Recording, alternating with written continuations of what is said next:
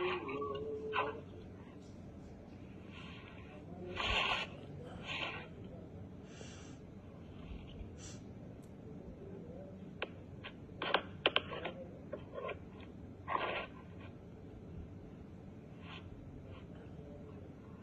जरा सोच नहीं करते। मैं ज्यादा नहीं सोच रही यार। मेरी गल सुन, इत्थे साफ बैठिया पता लग रहा कि सामने दो कैमरे साफ क्लियर पता लग रहा।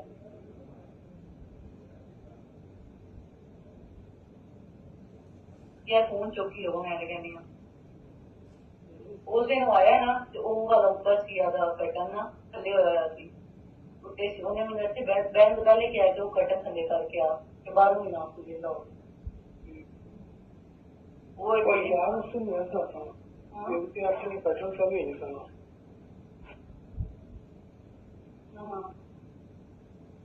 यार तो लैब का फंक्शन चेंज हो रहा है यार।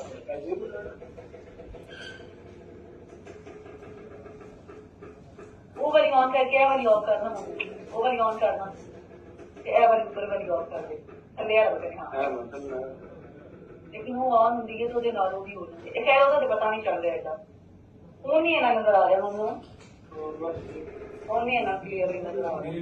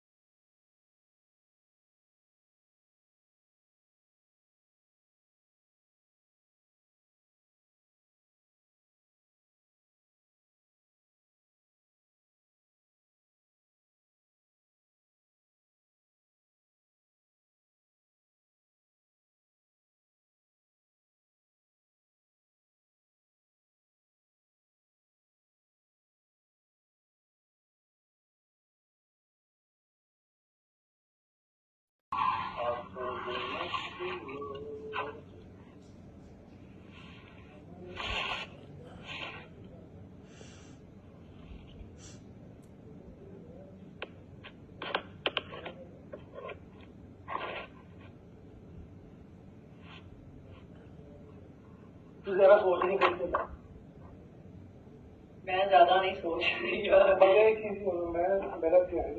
मेरी गल सुन, इत्थे साफ बैठिया पता लग रहा कि सामने दो कैमरे साफ क्लियर पता लग रहा।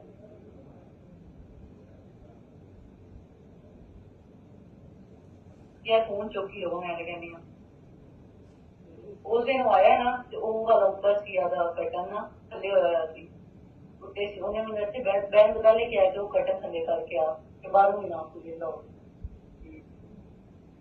वो कोई यार उससे मैं चाहता हूँ क्योंकि आपने पेट्रोल का भी नहीं करना।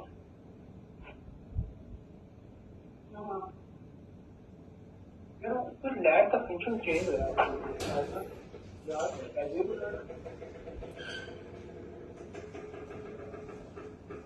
वो वाली ऑन करके ए वाली ऑफ करना, वो वाली ऑन करना ते ए वाली ऊपर वाली ऑफ कर दे थले आ लगे। हाँ लेकिन वो ऑन होंदी है तो ਉਹਦੇ ਨਾਲ ਉਹ ਵੀ ਹੋ ਜਾਂਦੀ ਹੈ। ਖੈਰ ਉਹਦਾ ਤੇ ਪਤਾ ਨਹੀਂ ਚੱਲ ਰਿਹਾ ਇਹਦਾ ਉਹ ਨਹੀਂ ਇਹਨਾਂ ਨਜ਼ਰ ਆ ਰਿਹਾ ਮੈਨੂੰ, ਉਹ ਨਹੀਂ ਇਹਨਾਂ ਕਲੀਅਰਲੀ ਨਜ਼ਰ ਆ ਰਿਹਾ।